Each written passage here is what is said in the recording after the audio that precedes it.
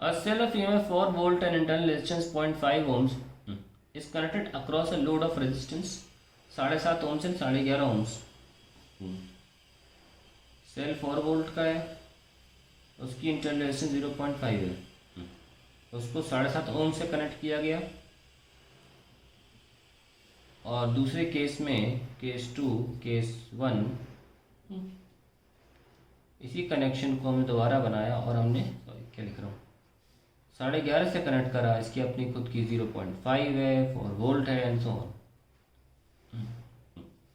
Calculate the ratio of the differences in the EMF of cell and the potential drop across load.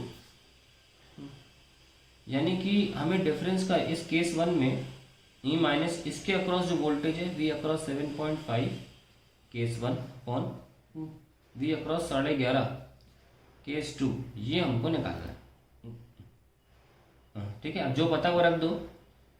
4 minus V 7.5 upon 4 minus V 11.5, ये हमको solve करना है। इनके voltage निकाल लो 7.5 में कितना गया और आपका आंसर आ जाएगा। It's a very simple process. आप चाहो तो ये जानते हो कि सीरीज में जो वोल्टेज होता है वो रेजिस्टेंस के रेशियो में डिवाइड होता है। ठीक है, तो इस केस में क्या आ रहा होता है ये V1, अगर इसको मान लो V1, इसमें क्या V1 और इसमें क्या V2, तो V1 by V2 will be 0.5 by 7.5 that is 1/15। Also V1 plus V2 will be 4।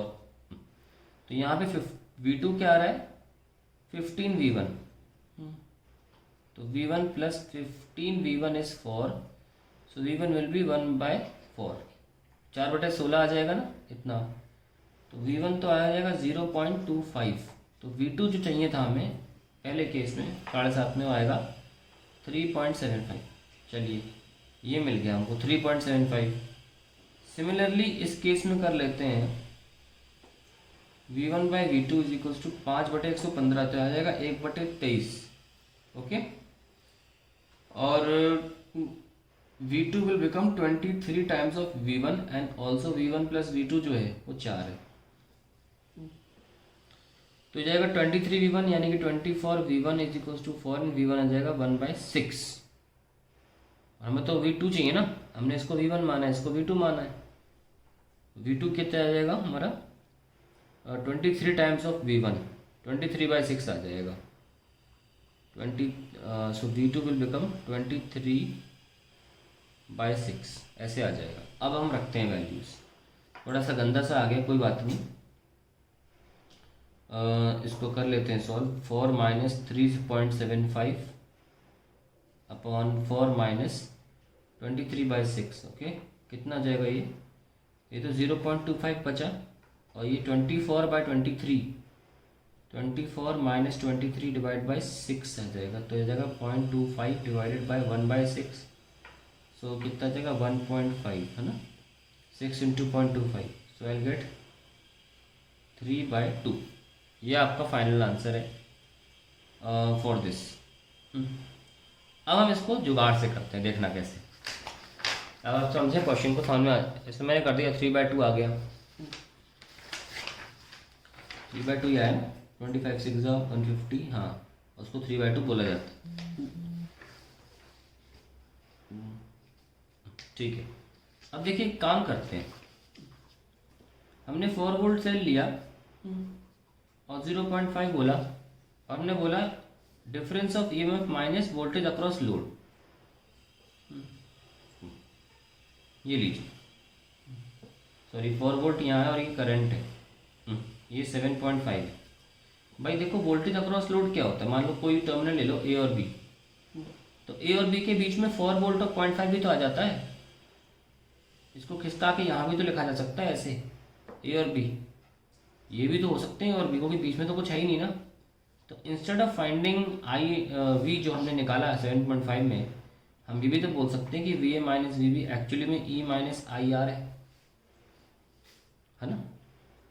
ये जो हमने वी ऐसे निकाला है 3.75 यहाँ रखा, जो ये बात भूले नहीं कि ये जो V A minus V B E minus I R है, ये एक्चुअली में आई इंटू कैपिटल आर भी होता है।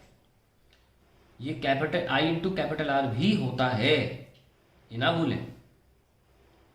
अब तुरंत आप करंट निकाल सकते हो 4/0.5 प्लस 7.5 से, क्योंकि करंट क्या होता है, total V upon total R, यानी कि 4/8 दैट इज 1/2। आ गया 1/2 करंट, यहाँ पुट कर दीजिए V A minus V B कितना है 1/2 इंटू आर कितना है 7.5। बोलो आया 3.75 तुरंत, ये लो आंसर आ गया। जैसा नो सिमिलरली दूसरे केस में भी कर सकते हो ऐसा आप 0.5 और ये 11.5 है। इसमें करंट कितना आ रहा है, इसमें 4 वोल्ट ही दिया है 4/12, यानी कि 1/3 आ रहा है इसमें करंट। ये देख लो 1/3 तो यहाँ भी कुछ आ जाएगा, उस तरीके से यहाँ भी आ जाएगा।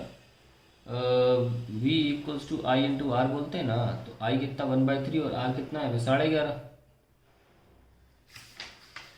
तो कितना देखो 23/6 आ रहा है था, अगर तुम 2 से गुणा कर दोगे तो 23/6 तो ये भी आएगा।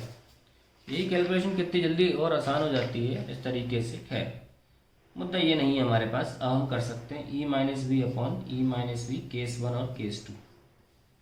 हमारा आंसर वही आ जाएगा सीधे 4 - 3.75 अपॉन 4 - 23/6। ये हमें दोबारा करना है कि नहीं।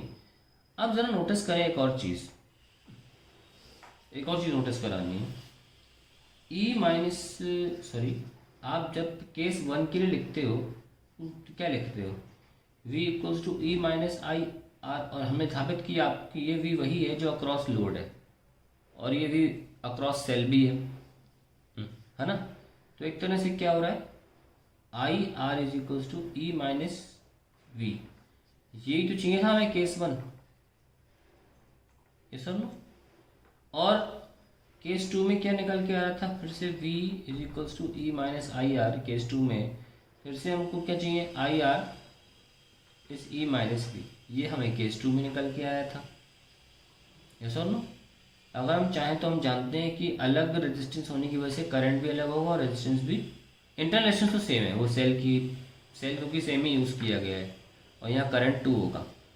आप नोटिस करिए हमें डिवीजन किस चीज़ का मांगा है, E minus V upon E minus V, पहला केस। दूसरा केस जो कि नथिंग बट करंट का ही रेशियो है, करंट का ही रेशियो। अब देखो मज़ा आता है, अगर हम ये पहले करते तो देखो हम पहले शुरू कैसे करते क्वेश्चन को, तुरंत सॉल्व होता। कैसे, क्वेश्चन मान लो सोल्यूशन लिखा 13, शुरू हो गया। क्या पूछा है, ratio of the differences in the EMF of cell and the potential drop across the load. हमको पहले से पता है जो लोड के अक्रॉस होगा और जो सेल के अक्रॉस होगा वो सेम होता है। हम सीधे इक्वेशन लिखेंगे ई माइनस आई आर, यहाँ जो टाइम शुरू होता है अब start, E minus V equals to I R I1R। Similarly E minus V is equals to I2R, ये लिखेंगे केस 1 और ये लिखेंगे केस 2। ठीक है, डिवाइड करेंगे ई माइनस वी 1 and 2, क्या आया I1/I2।